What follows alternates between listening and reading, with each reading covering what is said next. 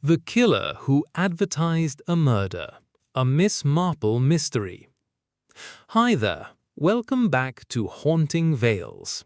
Tonight's mystery begins with a strange newspaper advertisement announcing a murder before it has even happened. While the villagers dismiss it as a cruel prank, Miss Marple realizes someone is hiding a deadly plan in plain sight. Before we uncover the truth behind the killer who advertised a murder, don't forget to subscribe for more haunting Miss Marple mysteries on Haunting Vales. Chapter 1. The Advertisement Nobody Should Have Printed. The morning began as so many mornings did in St. Mary Mead. A light breeze stirred the climbing roses. Sparrows argued noisily beneath the hedges. Somewhere beyond the cottages, a milk cart rattled over the uneven road, while the church clock announced 9 o'clock with slow, patient chimes. It was the sort of peaceful morning that persuaded people nothing dreadful could possibly happen before supper. Miss Marple had never trusted such mornings. She believed that evil preferred quiet places.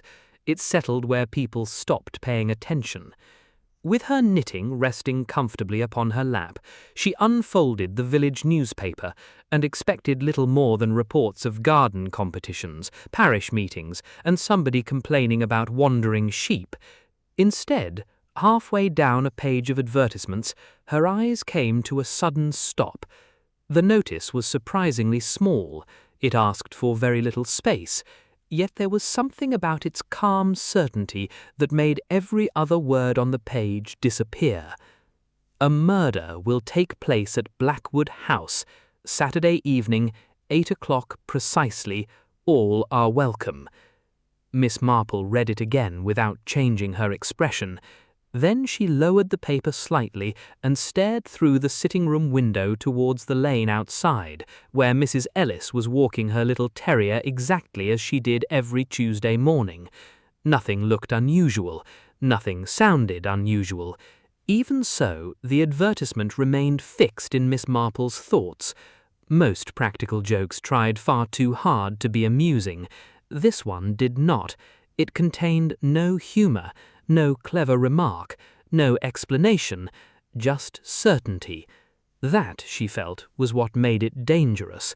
Whoever had paid for those few lines had not wanted people to laugh. They wanted people to arrive. By the time the village shops opened, the advertisement had become the only subject anyone wished to discuss. Outside the bakery, customers forgot entirely why they had joined the queue. Mrs. Bennet insisted it must be an advertisement for an amateur stage performance.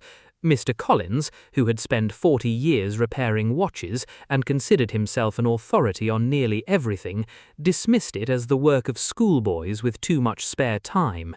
The postmistress laughed loudly enough for everyone to hear, although even she glanced back at the newspaper before folding it away. Curiosity has always travelled quickly through a village, faster than truth. By midday, people in neighbouring parishes had already heard whispers about Blackwood House and the strange notice inviting complete strangers to witness a murder. Inspector Harris received no fewer than 12 telephone calls before lunch. Every caller expected the police to explain the advertisement. Unfortunately, the inspector understood it no better than anyone else. He sat at his desk, studying the newspaper, while Sergeant Wilkins stood nearby with a notebook tucked beneath one arm. "I don't care for it," Wilkins admitted. "It's too direct." Inspector Harris nodded slowly. That's exactly the problem. If it had been written as a joke, people would have recognized it as one. This reads like an appointment. Should we ignore it? I've been asking myself that for the last hour. The inspector leant back in his chair and sighed. Experience had taught him that foolish rumours often disappeared if left alone, but experience had also taught him that real murder sometimes arrived wearing the clothes of nonsense. After another long silence, he folded the newspaper carefully and placed it into his coat pocket. "We'll pay a visit to Blackwood House. If nothing else, it'll stop people saying we sat here doing nothing." Blackwood House stood beyond the village, hidden behind rows of ancient oak trees whose branches almost touched above the long gravel drive. The house itself was older than most people could remember. Built from dark grey stone, it seemed to hold shadows even beneath bright sunshine. Ivy climbed stubbornly across the walls. Tall windows reflected the sky without revealing anything inside. Children hurried past the gates whenever evening approached. Adults laughed about such fears, yet they too rarely looked towards the upper windows for very long.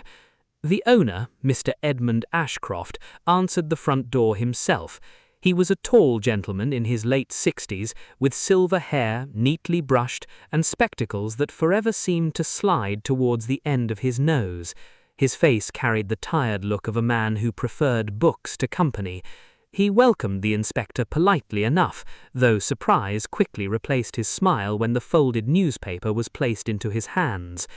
"A murder?" he repeated quietly. "Here?" The inspector nodded.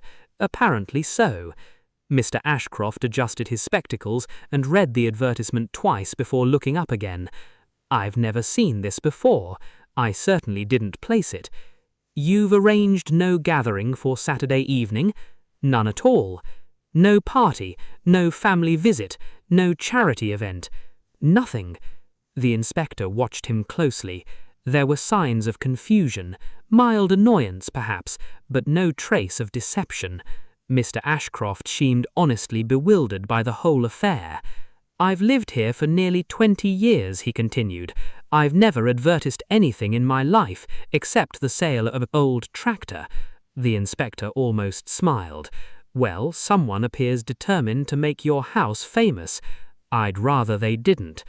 As the policeman prepared to leave, the inspector paused beside the front door and glanced along the gravel drive. Several villagers had gathered just beyond the gates, pretending to admire the trees while stealing curious looks towards the house. They weren't interested in architecture, they were waiting for mystery. News travelled quickly, faster still when people believed danger might be entertaining.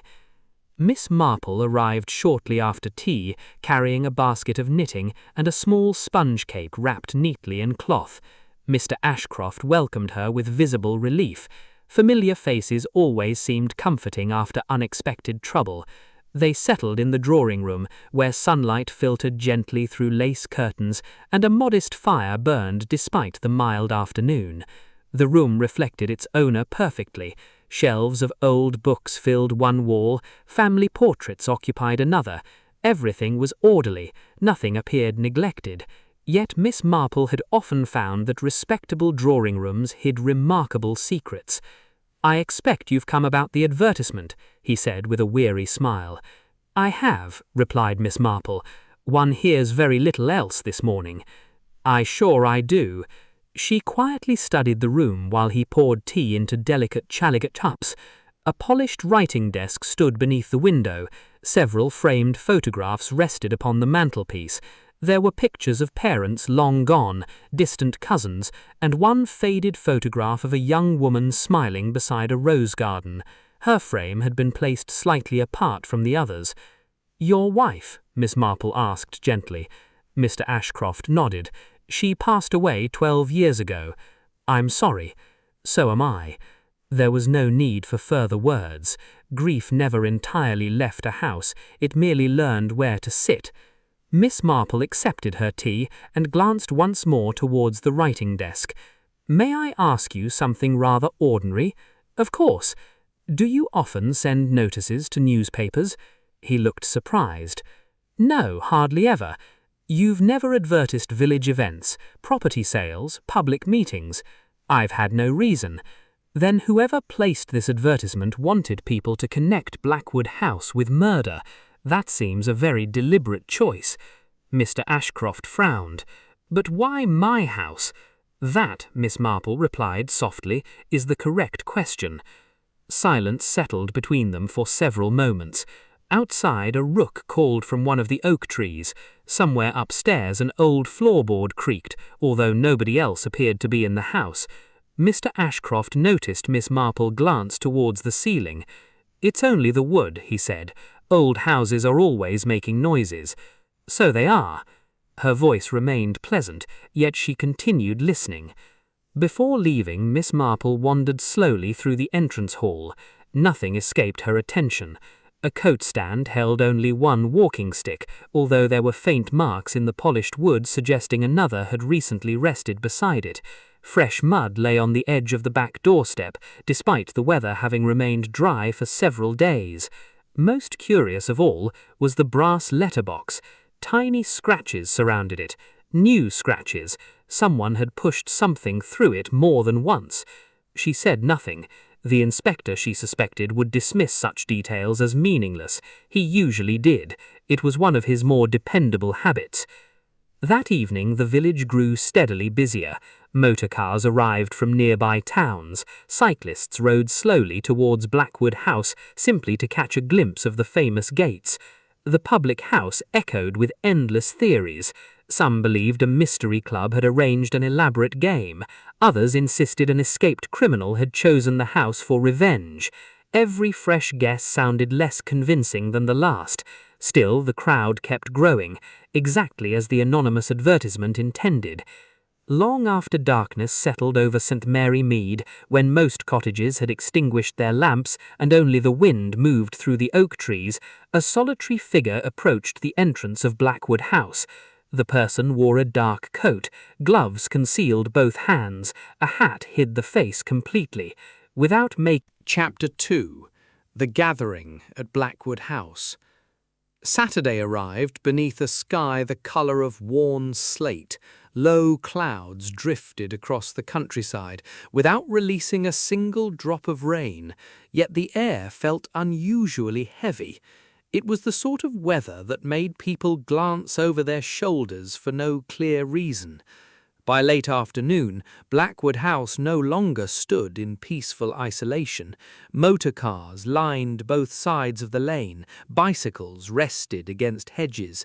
Men and women who had never exchanged a word with Mr. Ashcroft suddenly found themselves wandering near his gates, pretending they were merely passing by. Curiosity had become stronger than good manners. The advertisement had done exactly what its author intended. It had brought witnesses, whether they realized it or not. Inspector Harris arrived shortly before 7 with Sergeant Wilkins and 2 uniformed officers. He disliked crowds at the best of times, and this one seemed impossible to control. Every few minutes another curious visitor appeared, asking whether the murder had already happened. Some even laughed as they spoke, as though they expected a village fair instead of a crime. Harris answered each question with less patience than the last. He had ordered the gates kept closed, but that did little to discourage people from gathering along the walls and peering through the iron railings. Inside the house, Mr. Ashcroft struggled to hide his growing anxiety. He had never enjoyed attention, and now strangers were discussing his home as though it belonged to them. He stood by the drawing-room window, watching the crowd increase, while Miss Marple sat quietly near the fire, with her knitting resting untouched upon her lap. She had barely spoken since arriving. Her attention wandered from the windows to the clock upon the mantelpiece, then to the hallway beyond the open door. She seemed to be waiting, not for trouble itself, but for the first mistake. Inspector Harris entered the drawing-room and removed his hat with an impatient sigh. "Well," he said, "if someone wanted an audience, they've certainly managed it." Miss Marple looked towards him. "Crowds are useful. They make police work difficult. They also make people careless." The inspector gave her a puzzled look. "How do you mean?" "Most people behave differently when they think nobody is watching. Tonight, everyone believes they're watching everyone else. That usually means the guilty person feels surprisingly comfortable." The inspector considered the remark for a moment before giving a faint shrug. He wasn't entirely convinced, though experience had taught him that dismissing Miss Marple too quickly often proved embarrassing later. At 7:30, several invited neighbours gathered in the drawing room to keep Mr. Ashcroft company until the mysterious hour had passed. There was Dr. Morgan, cheerful on the surface but unusually restless. Mrs. Ellis from the village shop arrived carrying a homemade fruitcake nobody touched. Colonel Barrett, retired from military service, spent most of his time examining the windows as though expecting an attack from the garden. Even the vicar appeared, insisting his visit was purely neighbourly, although curiosity was plainly written across his face. Conversation drifted awkwardly from one subject to another. Nobody wished to mention the advertisement directly, yet nobody could think of anything else. Every few moments someone's eyes wandered towards the tall grandfather clock standing beside the fireplace. Its steady ticking seemed louder than usual. Time moved with stubborn slowness. Miss Marple listened rather than spoke. She noticed little things. Dr. Morgan checked his watch far too often. Colonel Barrett had mud upon one shoe, although the gravel drive was perfectly dry. Mrs. Ellis stirred sugar into her tea, despite never taking sugar at all. Tiny details, the sort most people forgot within seconds. She never did. At 7:45, Sergeant Wilkins entered the drawing room carrying a folded newspaper.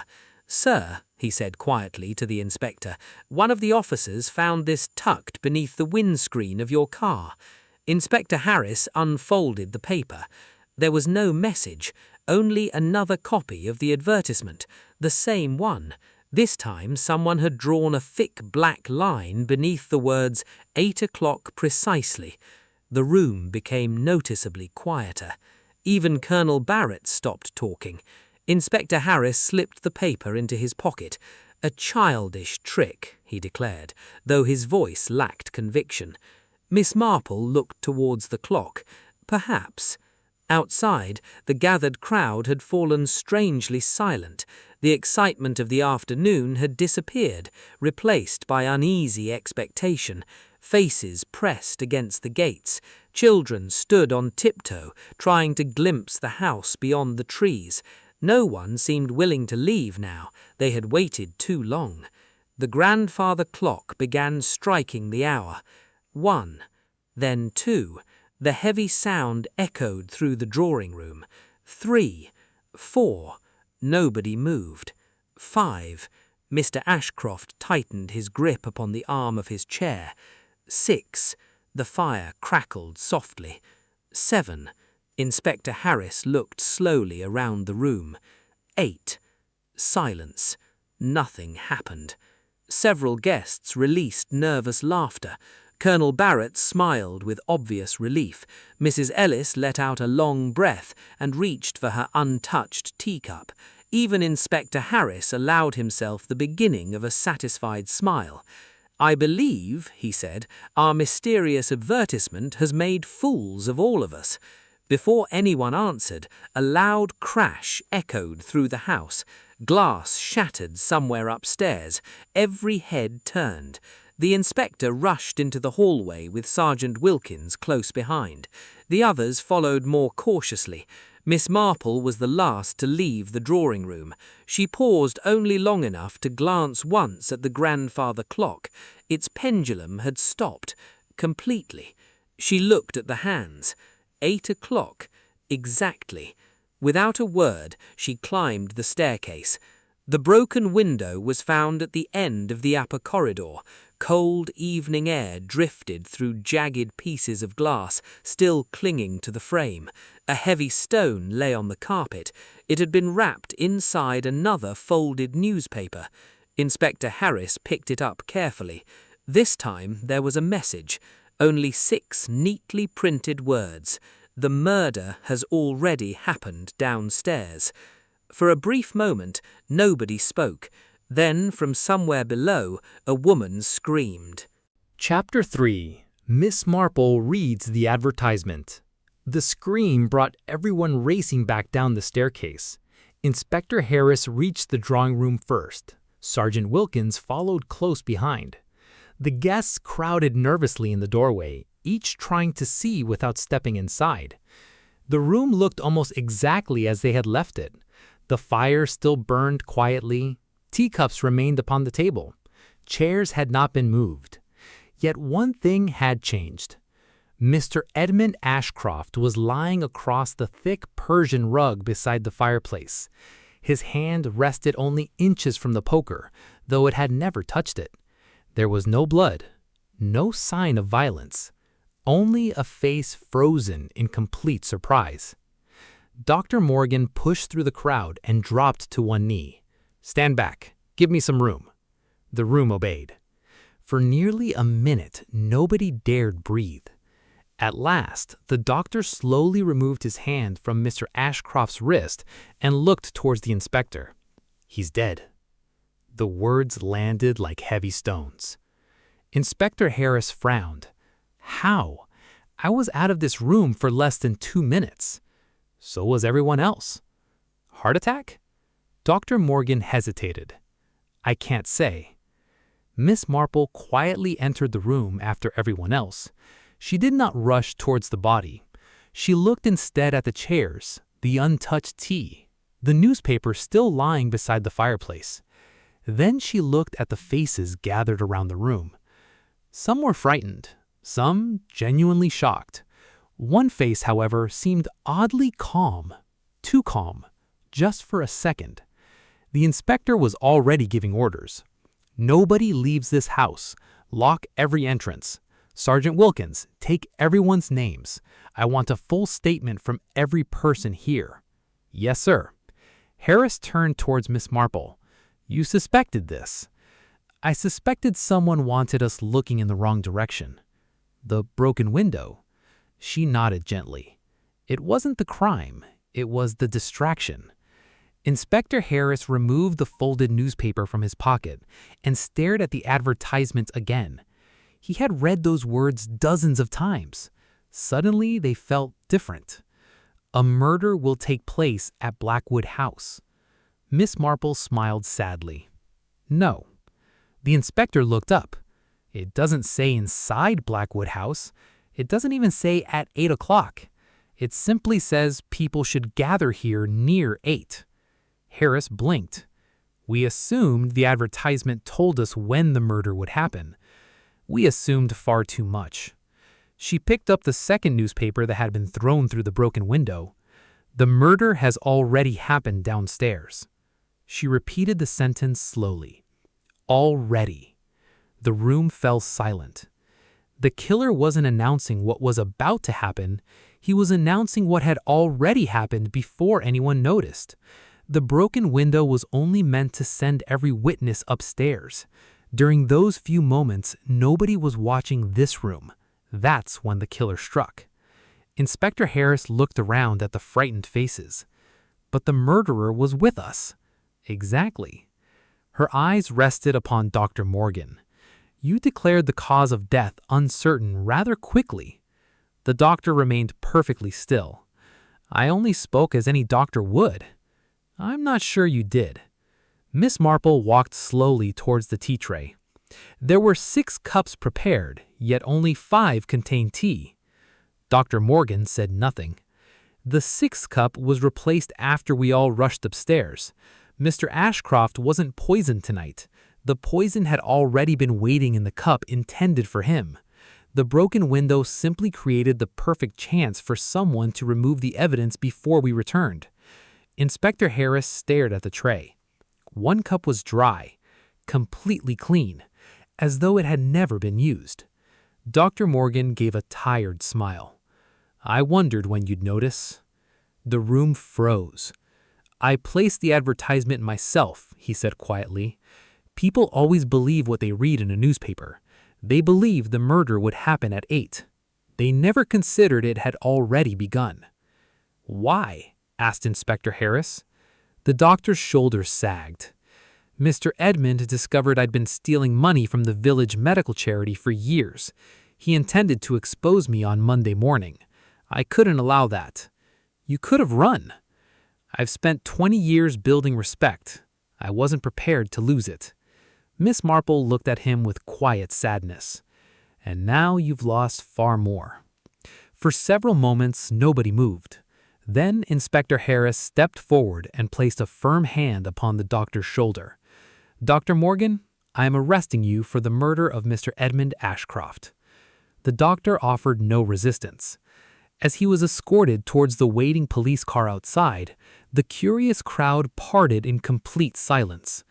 Only hours earlier they had arrived expecting entertainment. Instead, they witnessed the end of a respectable man's carefully hidden life. Later that evening, Blackwood House was quiet once more. The fire had burned low. The crowd had disappeared. Miss Marple stood alone beside the drawing-room window, watching the first stars appear above the old oak trees. Evil, she reflected, rarely announced itself honestly. It preferred people to misunderstand what they were looking at. This time, the killer advertised a murder for the whole village to see, and somehow, almost everyone looked in exactly the wrong place. If you enjoyed solving this mystery alongside Miss Marple, don't forget to subscribe to Haunting Vales, leave a comment telling us when you first suspected the truth, and share this story with someone who loves classic British mysteries. Because somewhere, in another quiet village, another harmless little notice may already be waiting in tomorrow's newspaper.